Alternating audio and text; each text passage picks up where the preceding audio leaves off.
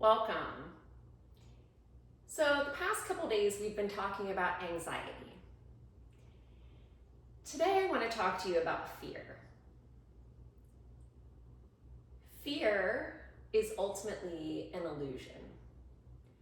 It's ego-based, ego-driven. Love and soul, higher consciousness, conquer fear. More specifically, I want to talk about how fear keeps us stuck in unhappy relationships. Take that one step further. How fear keeps us stuck in unhappy marriages for far too long. I think there's three basic fears that keep most people stuck in unhappy marriages. One, what is going to happen with the children if there's children involved? So I think many parents worry about how the divorce will affect the children, and that's admirable, selfless.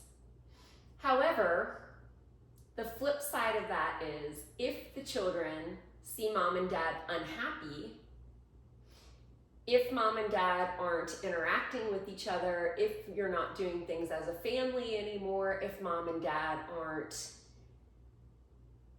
intimate, holding hands, loving on each other, sharing a bedroom, the kids, are going to notice that. They're going to recognize that. So as a parent, if you're trying to tell your children to be happy, independent children, and as a parent, we're trying to set an example for our children of what happily married parents, happily married people look like, your children are noticing that. They're learning from your behavior. So we can't tell our children or expect our children to be happy when they don't see us happy. And believe me, they pick up on our vibration. So we're going to debunk that myth. You might be worried about spending less time with your children because of shared parenting. But you can work those things out. Look at it from a different perspective. You will gain a little bit of independence. You will have a little bit more time to pursue your own hobbies. It will be okay. The time that you spend with them will be time more appreciated. We just have to learn to see things through a slightly different lens. And I'll explain more in the next couple days. This is going to be a whole series, a 3-part series. It's complicated, but we'll get through it. Fear number 2, financial independence. This can be particularly hard if you've been a stay-home mom or a stay-home dad. But it's going to be okay. I know because I experienced it. I was a stay-home mom with my children for most of the 21 years of my marriage. I did go back and get my yoga certification and teach yoga toward the end of my marriage. But I wasn't making much money. I certainly was not financially independent. And we always had one bank account. So I was very scared of being financially independent or trying to support myself, let alone raise 2 children on my own. And I was scared of that lifestyle change because we lived a very abundant, nice lifestyle. My husband did very well for himself.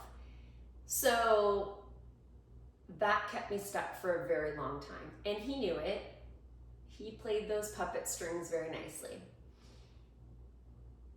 However, what I want to say is, he tried to tell me, for example, that I would have to go out and work 3 retail jobs and that I would hardly ever get to see the kids if I tried to leave him, just to live the same lifestyle. Not so, my friends, not so. So just before I decided to take the plunge and ask him for the divorce, I realized that he was right. I was not going to be able to maintain my lifestyle. So I was willing to make changes in my lifestyle. I didn't need any new clothes. I have a closet full of clothes that are wonderful. I could cut back on vacations. You know, I could make changes in my cost of living, but I could also find new avenues of income. So I started writing, and instead of just writing on my blog, which I had been doing for years without making it monetarily, work, I started writing on platforms such as Medium and Quora and Newsbreak that pay me. I also published my first book, and I'm working on my second now. So there are ways that you can stay home with your children and still make money. I also got my online coaching degree and started coaching people. So if you have entrepreneurial skills, you can still make that work. You can also go out and work retail or do whatever you want. By the way, I am not college educated. I only got 2 years of college in. So it's a little difficult for me to go out and get a corporate job. But I'm driven. So we can make these things work. So debunk the financial myth. Fear number 3, independence, being alone, and dating. They're all kind of the same fear. So I had never lived on my own. I went from living with my mom and dad, or my mom and dad supporting me in college and having an apartment, to living with my husband. And I was scared of being on my own. I was scared of dating again. I really didn't know how to date. I did a lot of things wrong at first, but that's okay. That's how we learn. And it's really actually quite comfortable to be alone. And I'll tell you something, there's a difference between lonely and alone. I was far more lonely sitting in the same room with him than the solace of being alone. Being in the same room with someone and talking to someone and feeling like you're talking to a brick wall, that's loneliness. When you have your own place, your own space, and you're alone, you don't feel lonely. It's very comfortable. It's very satisfying. You can turn on music, you can watch whatever you want to watch on TV, you can kick back on the couch with a cozy blanket and read a book. My independence was very empowering. So debunk myth number 3. Now, after experiencing it all, let me tell you what I think it really boils down to. I think at the end of the day, it boils down to the fear of failure. And the underlying emotion there is shame. And that's a biggie. And I think it's hard for us to think of it that way because we don't enter marriage ever thinking, I'll just stay married for a few years and then I'll move on.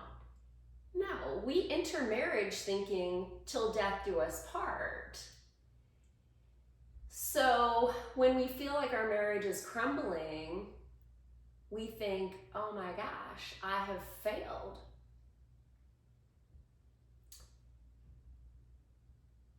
Switch the script, you have not failed.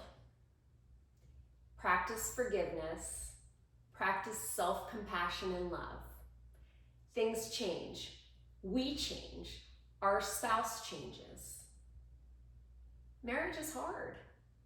If you have exhausted all the possibilities, if you have tried, if you have gone to counseling or coaching and it's not working, it's okay to surrender.